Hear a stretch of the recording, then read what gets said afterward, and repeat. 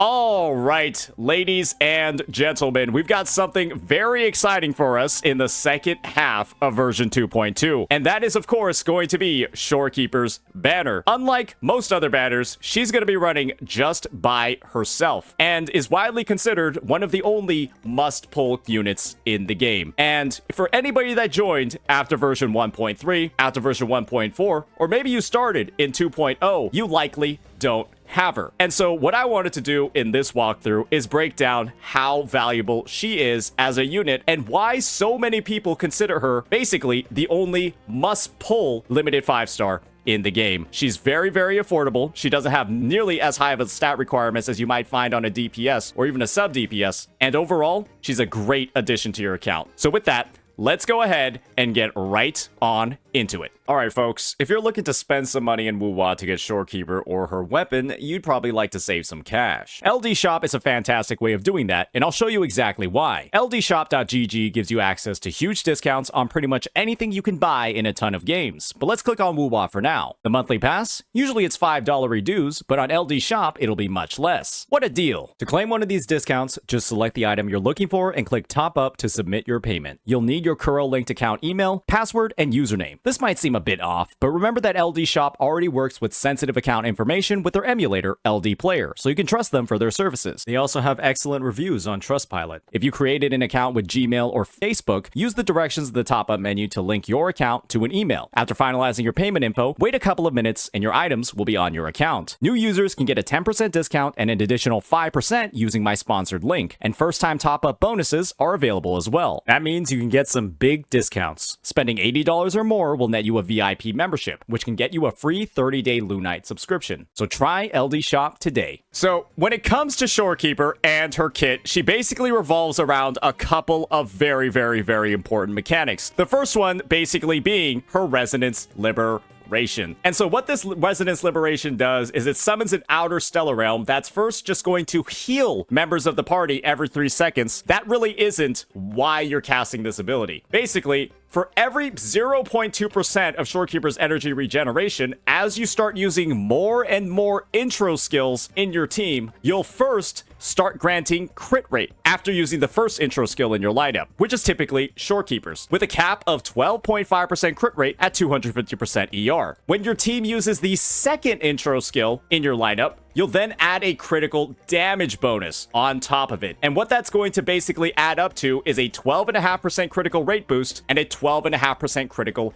damage boost. And that is, in a lot of ways, one of the most beneficial stat bonuses in the game. And there's a lot of reasons for that. When you're using characters like, let's say, a Camellia or like a Zhang Liao, these are units that don't have a lot of crit baked into their kit. One of the reasons for that is, despite using something like Red Spring, a crit rate weapon, Camellia is a unit that doesn't actually have crit rate in her skill tree. She only has critical damage. And what this means is that at a baseline, even with like a full build and a critical rate substat on all of her echoes, she won't usually have a crit rate over 70%. And so with Shorekeeper's buffs active on the team, my Camellia's crit rate will go up to a whopping 80.5. And that means a lot more consistency in the damage and a lot more consistency when she's using big nukes, like an ability like Ephemeral, which you can see over here. That's a lot of damage. You want to crit with that damage. And so we've talked about one very, very, very important part of her kit. The next part that's really important about her kit is her enhanced intro, which is basically called Discernment. When Shorekeeper has the inner and outer stellar realm both active, or really the supernal stellar realm, and she has those crit buffs being provided to the team, what actually happens is that Shorekeeper,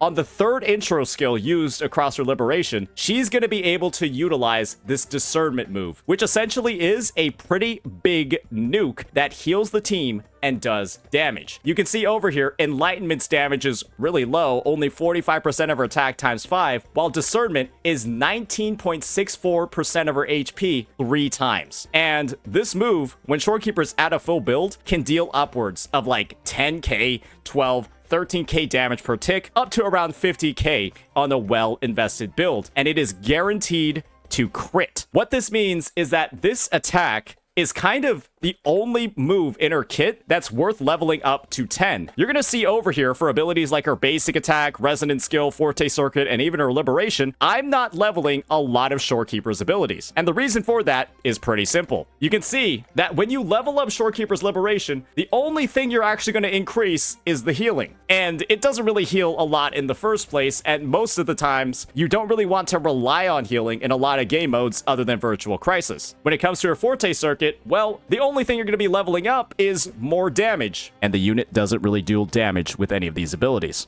So overall, when it comes to like an investment portfolio, when it comes to like how you want to prioritize her abilities and spend your weekly boss mats, you don't actually need to level up anything in her kit at all. You're seeing I still have nodes over here on the side that aren't really doing anything. When it comes to her other abilities, basically, Shorekeeper's Forte Circuit is what fuels her Concerto regeneration, or basically how fast she's able to rotate. When she attacks a certain number of times, usually 5, she's going to build up stacks of her Forte that will then allow you to use an enhanced heavy attack that's going to generate a lot of Concerto. This is something that you're basically doing every single rotation. I know there's a lot of text over here, but the idea is you're just spamming her basic attack until her bar is full, and then you heavy attack to use all the stacks. You gain your Concerto, and then you cast her outro skill, which is basically going to give you a 15% damage amp, and then also give you a bit of a bonus to when you get hit. When you get hit, you'll be able to immediately press the dodge button and basically cancel out of the stagger animation and save yourself some time in your damaging rotations, which is super helpful if you have a main DPS, right, that is frequently maybe getting attacked and you're getting staggered, and you have a bit of a skill issue when it comes to the dodges. She's basically like a crutch that'll help get that done easier. Her resonant skill, on the other hand, just basically restores HP for the team and then advances your basic attack, which is going to allow you to essentially build up this Forte Circuit faster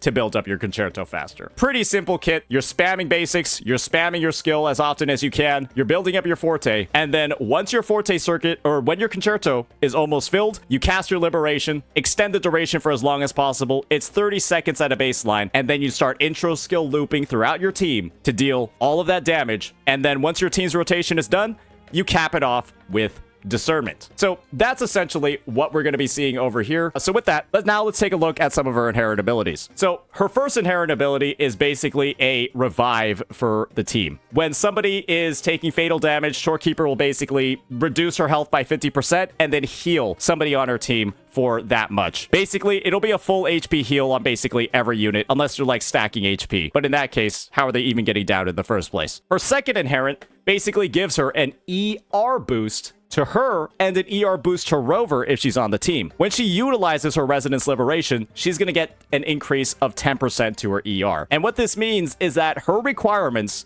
to give those massive buffs to crit rate and critical damage aren't as high as other units, specifically like a Brand. And so with that, we've shown her kit, we've shown what she can do. Let's do a bit of a demo now to break down exactly what I'm talking about and how this kit is going to function. So we're going to go ahead and just get ourselves over into the TOA and show you all what a traditional Shorekeeper rotation is going to look like. And for this demo, I'm just going to be using one of our traditional hypercarry teams. Shorekeeper is widely considered the best support for hypercarry units because of how they have to interact with intro skills, how they have to loop them together to actually access her Stellar Realm's full buffs. And so what I'm basically just going to be showing you all over here is a 1.0 team. We're going to be using Gion, Shorekeeper, and of course, Mortifi. And this is going to make it as simple as possible. And maybe you'll have units like this that you can use yourself. She's also very good in other lineups, like let's just say a Carlotta and a Jeja, or of course, a Camellia and a Rosia. But again, we'll just be using Gion for the purposes of this demo. So let's go ahead and get right on into it. We're in the first floor of the TOA. Nothing too crazy here. So now that I'm in, this is how we're basically going to break it down. I'm going to go on to Shorekeeper. I'm going to use her skill. And then I'm going to start building up her Forte, as you can see. Now that my Shorekeeper's at around 75% Concerto, I don't actually want to trigger her Liberation until I'm there. This will maximize the duration of the ability. And now I'm just going to cycle through my team, do a rotation, and now Mortifi's Concerto is filled. Now I'm going to go on to Gion, and then just do his rotation, and you can see that the Stellar Realm has turned gold.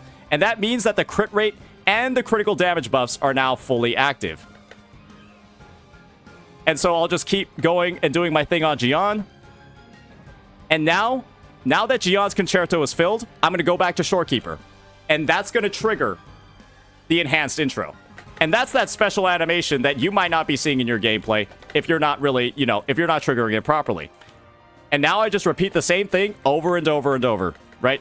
Until the enemy is basically cooked.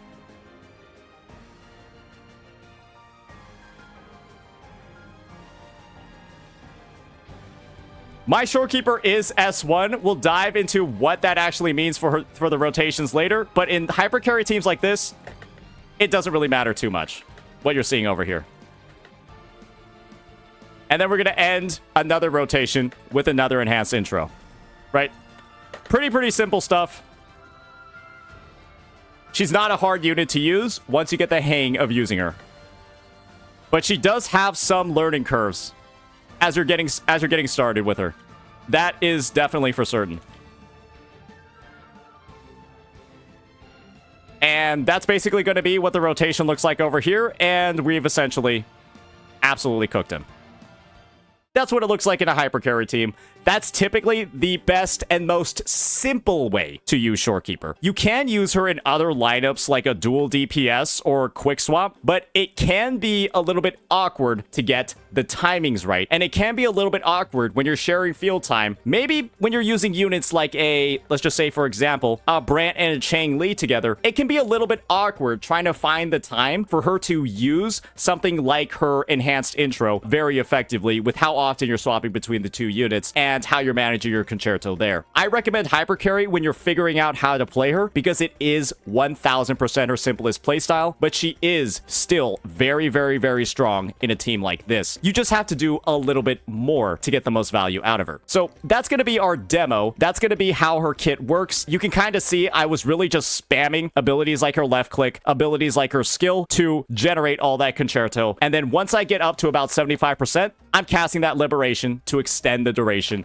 for as long as possible and make sure that I'm actually able to cast Discernment at the end of the rotation. A common issue that players might have is that their Stellar Realm will actually expire in the middle of their rotation because they're casting it too early. And if it does expire, you'll lose things like the ability to cast Discernment and actually deal all of that damage. So do keep that in mind. There are a couple of hoops that you need to jump through in a rotation to get the most out of her. So that's that. We've covered that. Now let's talk a little bit about her build. Let's talk a little bit about Shorekeeper's overall investment. Shorekeeper's build is really simple. You might notice on my stat page, oh, you have 250% ER. You're getting the full buffs. That's because I'm active in the TOA right now, and we just did that run. When I exit the TOA, you're going to be seeing something a little bit different. When I'm actually just in the stat menu outside of combat, my Shorekeeper only has 230% ER. That's because, well, she doesn't actually need 250 with no buffs active, because she has her inherent skill, and she also has the Fallacy of No Return, which is an echo skill that, when activated, gives a 10% bonus attack to the team, but then also gives Shorekeeper herself, if she's casting it, 10% bonus ER. And so what this means is that combining the Fallacy with her inherent skill, you only need 230%. And so you'll want to put her on Rejuvenating Glow to give her as much supportive ability as possible, but you only need 230% ER on her substats. And since we know Discernment, that nuke at the end of her rotation, automatically crits, I usually slot Shorekeeper on a critical damage forecast. I know, she's a support, but we're building her damage because we can. I'm not really focusing on her healing too much because I typically don't get hit that often in my rotations, but you can use something like a healing bonus Fallacy of No Return if you feel like you're getting hit more. When it comes to other parts of her build, you're typically going to want to find as many ER subs as possible because, thankfully, if you do have enough ER subs, even with her 4-star weapon options, you can still reach 230% while putting on something like a Spectro damage bonus 3 cost. I have a pretty high ER roll over here. I've got an ER 3 cost with ER and critical damage damage as well. And then I've got 2 HP 1 costs that both have ER on them too. And so what this means is that even while having a spectral damage bonus 3 cost, which is a little bit ambitious for some builds, you definitely don't need this, and the damage increase isn't that significant. You will deal as much damage as you can with that enhanced intro while still giving her the full buffing abilities. You can also, if you do have Shorekeeper's signature, I do think you can also run double spectral damage 3 costs and still reach 230% ER. You'll notice that I'm doing all of this and I'm talking about all my stat requirements in depth. That's because I'm actually using a 4-star weapon on this unit. I'm actually not using her signature. And this is what I meant by Shorekeeper being such an affordable, such a resourceful character, even without a ton of investment. That's because, well, let's be real here. Variation is a very good weapon. When a resonance skill is cast, it restores 16 concerto energy, and you want the fastest rotations you can get on this unit. And I do have an R5 after a long time, and the performance, as you saw in that prior TOA clear, it's still very, very, very good with this weapon. Some could even say at R5 variation, it's pretty much just comparable to having her sig, and I kind of fall in that boat. However, we will be running some comparisons though, and talking about what her signature actually does, and if it's worth it if you are thinking about maybe shelling out some of the extra dosh for this one. So I've got the stats of Stellar Symphony here on the side. We're gonna have a base attack of 412, an energy regen substat of 77, and as you can see over here, that's pretty much significantly higher. That is significantly higher than what we're seeing on variation. About 25% more. And when it comes to the weapon skill, she's going to get an HP increase of 12%, so more healing and more damage. And she's also going to restore only 8 concerto energy when casting her liberation, versus, with variation, restoring concerto energy when you cast your skill.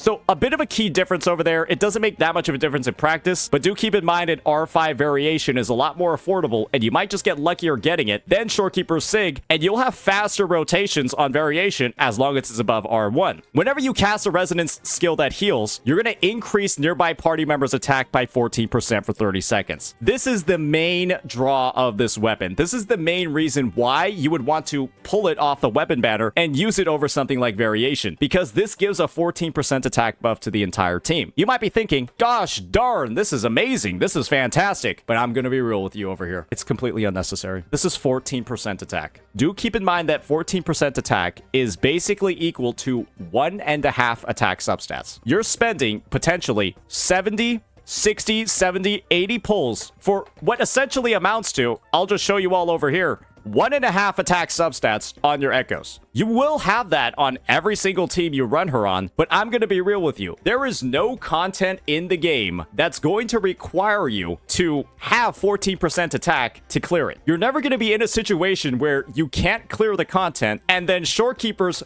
14% attack is going to come in and then suddenly make the content clearable. The only use case for this weapon over variation is pretty simple, and it's if you're doing things like speed runs to try to get the fastest clear as possible, right? To get the most damaging rotations possible. And it doesn't ever really come into play in any meaningful way for pretty much any clear. This is only useful if you can already clear and you just want to clear faster. However, there is also another use case for it, and it's pretty simple. The other use case for Stellar Symphony is if you don't have variation. It's if you don't have variation. And I'm gonna be honest, you can think about it. It might not be a bad idea if you have literally 0 copies, but do keep in mind that variation is something that you can just get off banner. Variation is something that you can get on the standard banner, and variation is also a weapon that shows up on the weapon banner itself. I would honestly recommend waiting for a weapon banner for a unit that you like, maybe a Camellia weapon banner or a Jinxie weapon banner or a Gian weapon banner, waiting for that one and seeing if it has variation on it, and simply pulling on that weapon banner with variation on it to secure yourself a copy. I also recommend just getting 2 copies of variation, not synchronizing them off the bat, but keeping 2 of them handy for content like Whimpering Wastes. When it comes to other options, you can, of course, always just use something like Rectifier or Voyager with that ER substat, or even like Call of the Abyss, but I really just recommend waiting for variation to use it fully, and then maybe just leveling up Call of the Abyss to 90 to get that ER substat of 51% at level 90 to kind of like go from there. But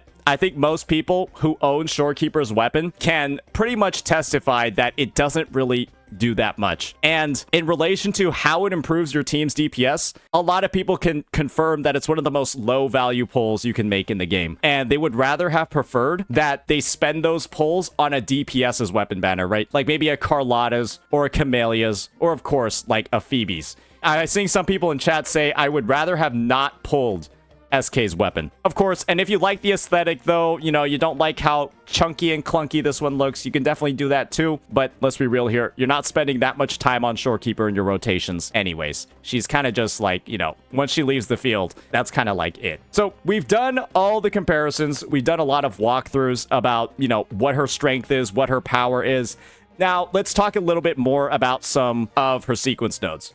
So, as I talked about before, I have S1 on Shorekeeper, and the reason why I got S1 is pretty simple. It's basically just a gigantic quality of life buff. It doesn't really increase your damage at all, and that's one of the main reasons why I did get it. It just increases the range of the healing and her buffs to critical rate. The duration is increased by 10 more seconds, and then using her intro skill won't actually end the existing Stellar Realm. And so you'll have it like a little bit more active during your sub DPS's second buildup or your other DPS's damage in a dual DPS lineup, but the actual DPS increase from this is like a percentage point or two.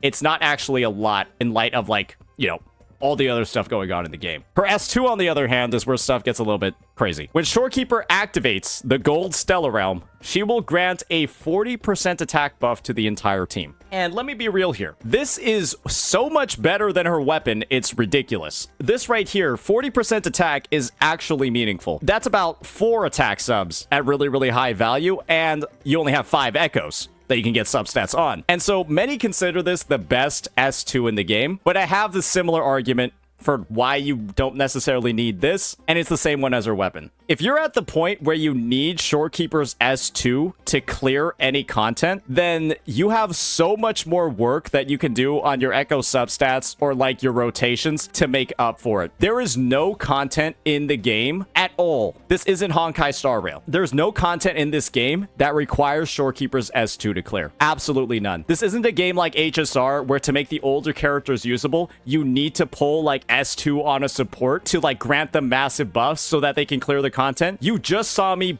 bulldoze the TOA with a 1.0 unit or a 1.0 team, Gion and Mortifi. Kuro actually knows how to balance their game and not require you to pull like multiple copies of a unit to use older characters. And so I would just keep that in mind as you're going out and shopping for sequence nodes. You don't need this at all. It's really strong. You'll get crazy damage numbers, but it's not necessary. However, if you do just want bigger numbers, this is a great way to do it. Her S3, this just makes her rotations faster. When you use her Liberation, you'll essentially have 20 Concerto energy added as well. And so you'll simply cast her Resonance Liberation faster in the rotation and really cut down on the time that she's spending on the field. It's a little ironic. You pull more copies of this unit to essentially see them less. Take that as you will. That's what this is going to do. You will pull more copies of this unit, and it will result in you basically spending less time using her, which could be a good or bad thing depending on how you view it. S4, it's a healing bonus. Kind of useless. I mean, if you're getting hit this much, I could just say dodge better, but this is like not really a useful sequence node at all because typically one more focus on damage is going to be helpful, but maybe this will be good for you in Virtual Crisis. Her S5 basically increases her CCing ability because she does have a bit of a pull effect on her basic attacks. This is somewhat important in WhiWa, but we'll explain what the importance is of that later when we get to the WhiWa section. And when it comes to her S6, this is a little bit nuts. She increases the damage multiplier of Discernment by 42%, that big nuke you were just looking at before. And then casting Discernment is going to increase her crit damage by 500%. So this essentially turns that nuke, you know, where she goes like this and then, you know, does that. It's going to deal a lot more damage. But to get to this S6, you need to kind of get these, let's just be honest here, kind of like doo-doo water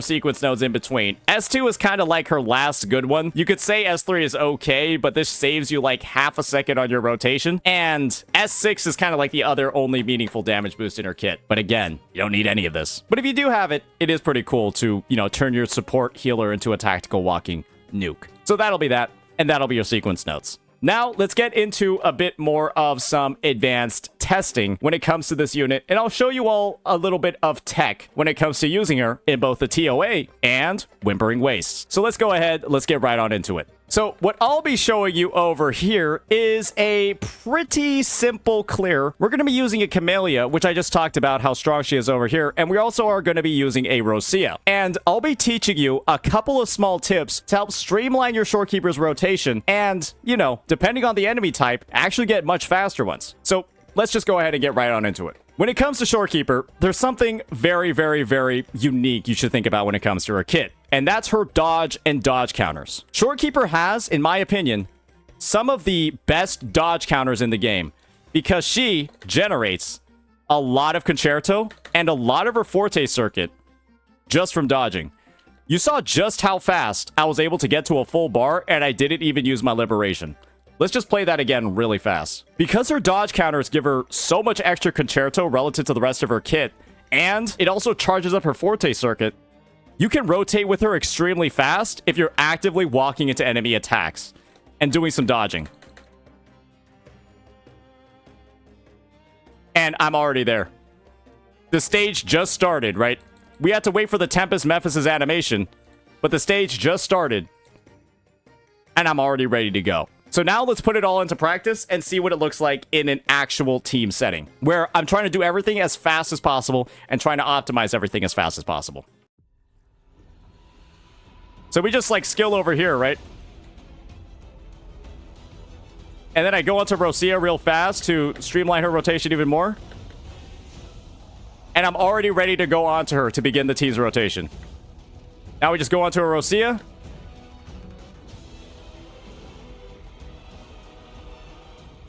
And we're ready to go.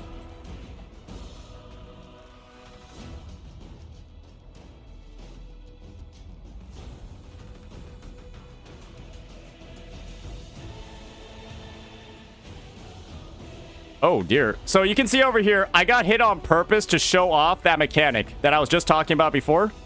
Where Shorekeeper uses her revive, but then also can help you mitigate hits. And this is where she actually has like so much use as a character. And letting you, you know, make a couple of mistakes in your rotation. You can see, wow, we did a lot of damage there, didn't we, bucko? We did basically half his HP in one rotation. With all those crit buffs, with all those bonuses, it's pretty clear why so many people say she's a must-pull unit, right? It's pretty clear why so many people say she's a must-pull unit. Because this level of performance is kind of crazy.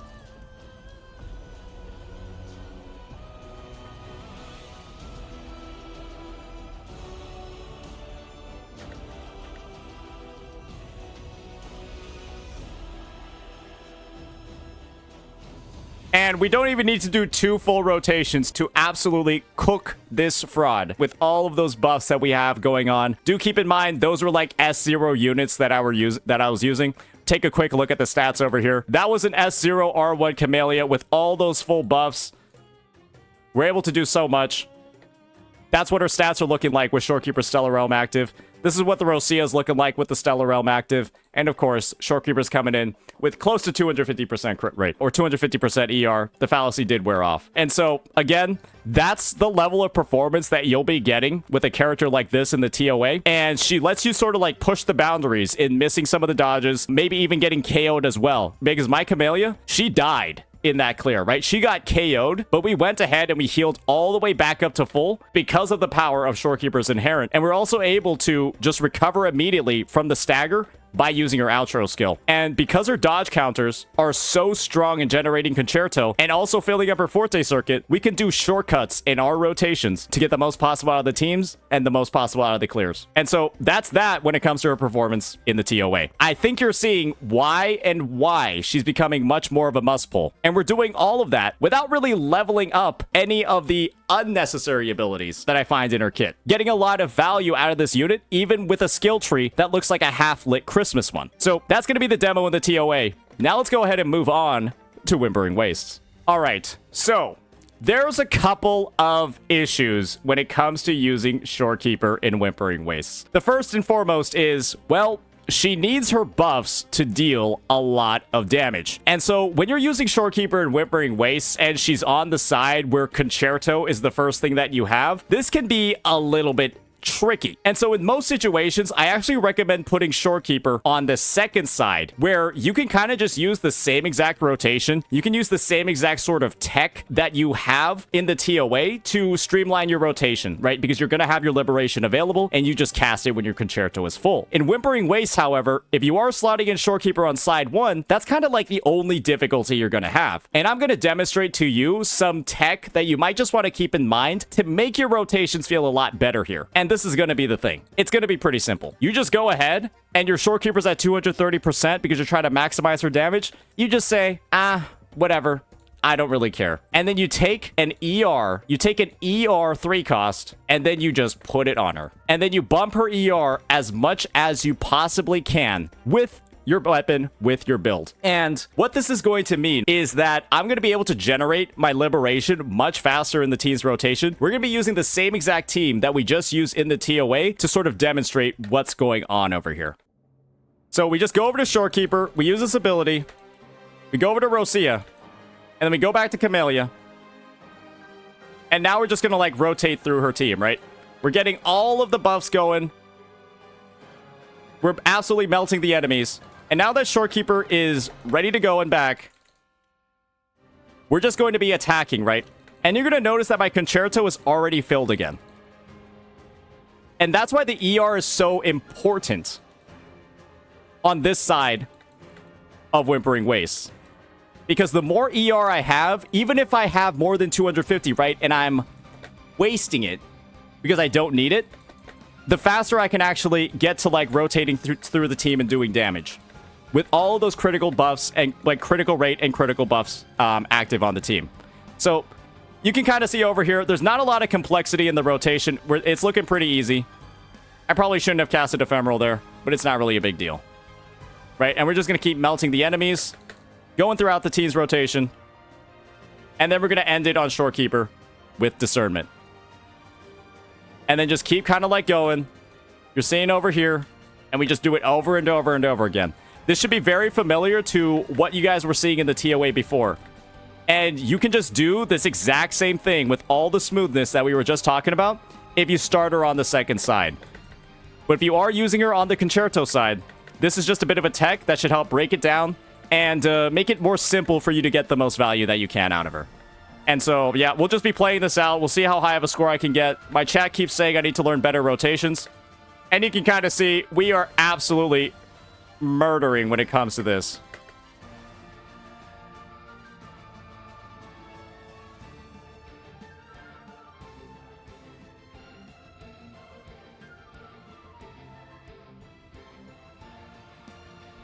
And we'll just keep going and going and going. Use that Ephemeral. And just keep shredding. And what's that final score looking like? 4.5k.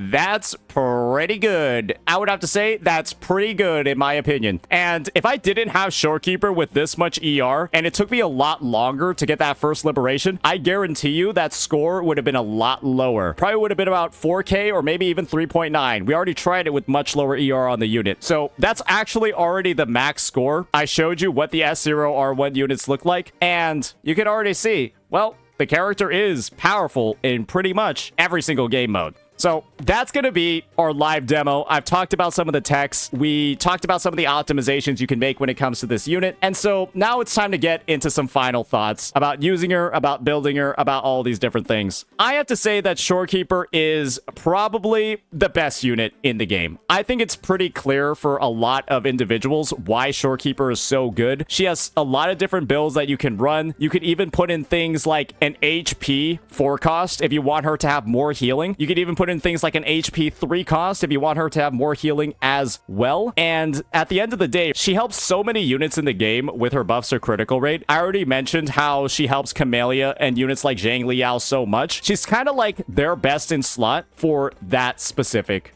reason. And so when it comes down to it, when it comes to who you should be spending resources on, she's kind of the #1 overall pick because you don't really need Cantarella on your team. If I'm being frankly honest, you don't really need a Camellia. But Shorekeeper, while you don't need her, and you can definitely just use units like Baija instead, she doesn't feel that good. She feels super clunky. She has no ability to swap. And she definitely doesn't have as many or as significant of a damage bonus as Shorekeeper might have. And so a lot of people pull this unit, they utilize this unit because she just makes the game feel a lot better. Baija's also a 4-star unit, and Shorekeeper still is the only limited 5-star support that we've had in the game. And she has withstood the test of time, and there really hasn't been anybody released after her that is shaking up the meta or has shooken up the meta more than she has. And so I would say if you started the game after 1.3, if you started the game after 1.4, if you started the game after 2.0, she probably is the best unit you can spend your pulls on, because you don't need to invest a lot in her. You can just get her S1. You can build half of her skill tree, and she'll provide to you so much damage and so much returns that it's unbelievable. And when her weapon, all it does is give at most like a 5% damage boost to your team. Even though her weapon is usable on units like Baija, well, you're really never going to use Baija again as long as you have Shorekeeper.